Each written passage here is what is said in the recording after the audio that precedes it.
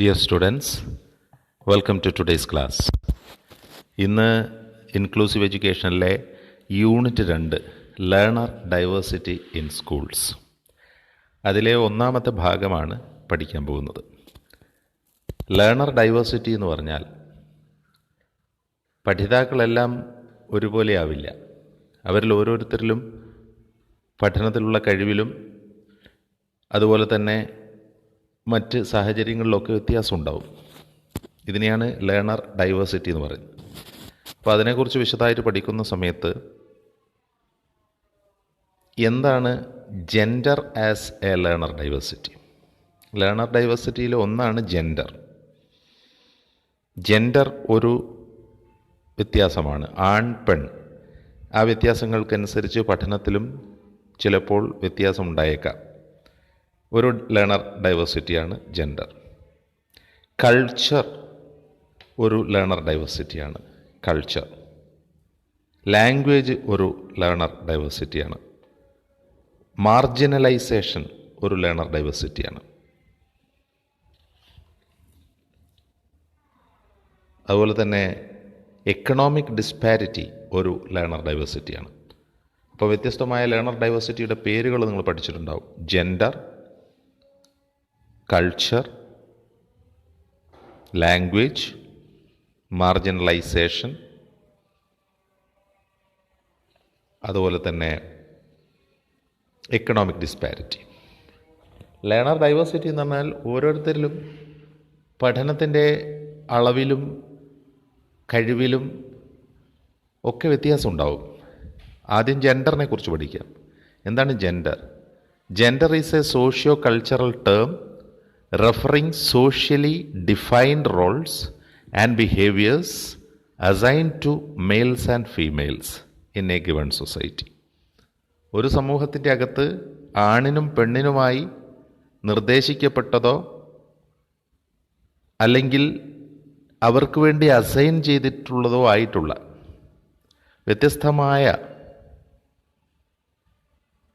വ്യത്യസ്തമായ റോൾസ് നിലനിൽക്കുകയും ആ റോളുകൾ ഭംഗിയായി പുലർത്തുകയും ചെയ്യുന്ന ഒരവസ്ഥ. മെയിൽസ്, ഫീമെയിൽസ് എന്ന് പറയുമ്പോൾ ഈ രണ്ടു പേർക്കും വ്യത്യസ്തമായ റോളുകൾ സമൂഹം കൽപ്പിച്ച് നൽകുന്നുണ്ട്. അതുകൊണ്ടാണ് gender is A socio cultural term referring socially defined roles and behaviors assigned to males and females in a given society എന്ന് പറയുന്നു. ജെൻഡർ ഇന്നീക്വാലിറ്റി എന്ന് പറഞ്ഞാൽ എന്താ? അതൊരു ലളിതമായ പദമാണ്. Gender inequality may be defined as discrimination against women based on their sex. ഈ ജെൻഡറിൽ weaker section ഏതാണോ ആ വീക്കർ സെക്ഷനെതിരെയുള്ള ഡിസ്ക്രിമിനേഷൻസ് ഉണ്ടാവുക. അവിടെയാണ് അസമത്വം നിലനിൽക്കുന്നത്. Woman are traditionally considered by the society as weaker sex. She is exploited, degraded, violated and discriminated both in our homes and outside world. ഇതിനെയാണ് gender inequality എന്ന് പറയുന്നത്. എല്ലാ അർത്ഥത്തിലും എല്ലായിടത്തും സ്ത്രീകൾ തന്നെ വീക്കർ സെക്ഷൻ ആവണമെന്നില്ല. മെയിൽസും വീക്കർ സെക്ഷൻ ആയേക്കാം ചില സമൂഹത്തിലും ചില സാഹചര്യങ്ങളിലും. ആണുങ്ങളും ഒരു വീക്കർ സെക്ഷൻ ആയേക്കാം. എന്തായാലും ജെൻഡറിൻ്റെ ബേസിൽ ഒരു വീക്കർ സെക്ഷനോട് ഇത്തരത്തിലുള്ള ഒരു ഇന്നീക്വാലിറ്റി, അസമത്വം നിലനിൽക്കുന്നുണ്ടെങ്കിൽ അത് ജെൻഡർ ഇന്നീക്വാലിറ്റിയാണ്. അപ്പോൾ അങ്ങനെ നിലനിൽക്കുന്ന സമയത്ത് അത് അവരെ മേജർ സൈക്കോ സോഷ്യൽ പ്രോബ്ലംസിലേക്ക് നയിക്കും. Depression, stress, lowered self esteem, social isolation, ഇതിലേക്കൊക്കെ ഈ അസമത്വം വഴിതെളിച്ചേക്കാം. അപ്പോൾ ജെൻഡർ ഒരു ലേണർ ഡൈവേഴ്സിറ്റിയാണ്. രണ്ടാമത്തത് കൾച്ചർ ഒരു ലേണർ ഡൈവേഴ്സിറ്റിയാണ്. കൾച്ചറിനനുസരിച്ച് പഠനത്തിലുള്ള സാഹചര്യവും കഴിവും വ്യത്യാസം വന്നേക്കാം. Learners coming from different cultures differ in their style of learning, communication, attitudes, beliefs. ഇതിലൊക്കെ വ്യത്യാസം വന്നേക്കാം. ഓരോ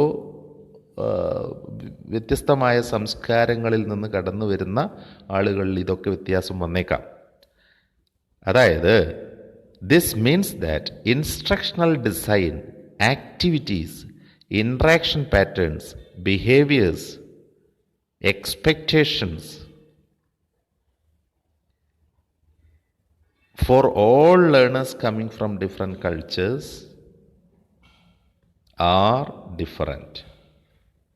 അതായത് വ്യത്യസ്തമായിട്ടുള്ള കൾച്ചറിൽ നിന്ന് വരുന്ന പഠിതാക്കളെ സംബന്ധിച്ചിടത്തോളം ഇതിലൊക്കെ വ്യത്യാസം വന്നേക്കാം. Instructional design, activities, interaction pattern, behaviours, expectations, ഇതിലെല്ലാം വ്യത്യാസം വന്നേക്കാം. ഇതാണ് കൾച്ചർ. ഒരു ലേണർ ഡൈവേഴ്സിറ്റി എന്ന നിലയിൽ കൾച്ചർ. മറ്റൊന്ന് ലാംഗ്വേജ് ഒരു ലേണർ ഡൈവേഴ്സിറ്റിയാണ്. Some students may have specific difficulties in learning languages and may require help in improving their areas of weakness and in devising strategies to overcome their difficulties. ചിലർക്ക് ചില ഭാഷകൾ പഠിച്ചെടുക്കാൻ പ്രയാസമായിരിക്കും. അങ്ങനെ വരുന്ന സമയത്ത് ആ ഭാഷ വ്യക്തമായി പഠിക്കാൻ വേണ്ടി അതിന് സ്പെഷ്യലൈസ്ഡ് ആയിട്ടുള്ള ഡിവൈസസ് വേണ്ടി വരാം, ഹെൽപ്പ് വേണ്ടി വരാം. എന്നാൽ ചില ഭാഷകൾ പഠിച്ചെടുക്കാൻ പ്രയാസം ഉണ്ടാവില്ല. അപ്പോൾ ഭാഷ തീർച്ചയായിട്ടും പഠനത്തിൽ ഒരു വൈവിധ്യമുണ്ടാക്കുന്ന, വ്യത്യാസമുണ്ടാക്കുന്ന ഒരു ഘടകമാണ്. Marginalisation as a learning diversity, അതാണ് വേറൊന്ന്. മാർജിനലൈസേഷൻ. എന്താണ് മാർജിനലൈസേഷൻ? പാർശ്വവൽക്കരിക്കപ്പെടുക എന്ന് പറയും. Marginalisation is the process whereby something or someone is pushed to the edge of a group.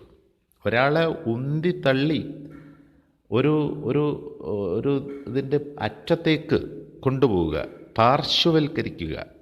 Edge of a group and lesser importance, ഇതാണ് marginalisation എന്ന് പറയുന്നത്.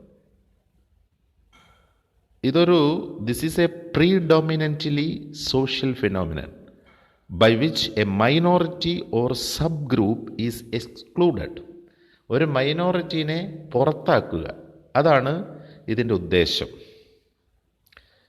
പാർശ്വവൽക്കരിക്കപ്പെടുക. സാധാരണഗതിയിൽ പാർശ്വവൽക്കരിക്കപ്പെടുന്നത് അബലരായിട്ടുള്ള ആളുകൾ, സമൂഹത്തിൽ താഴ്ന്ന ജാതിയിൽപ്പെട്ട ആളുകൾ, സാമ്പത്തികമായി പിന്നോക്കം നിൽക്കുന്ന ആളുകൾ, ഡിസബിലിറ്റീസ് ഉള്ള ആളുകൾ,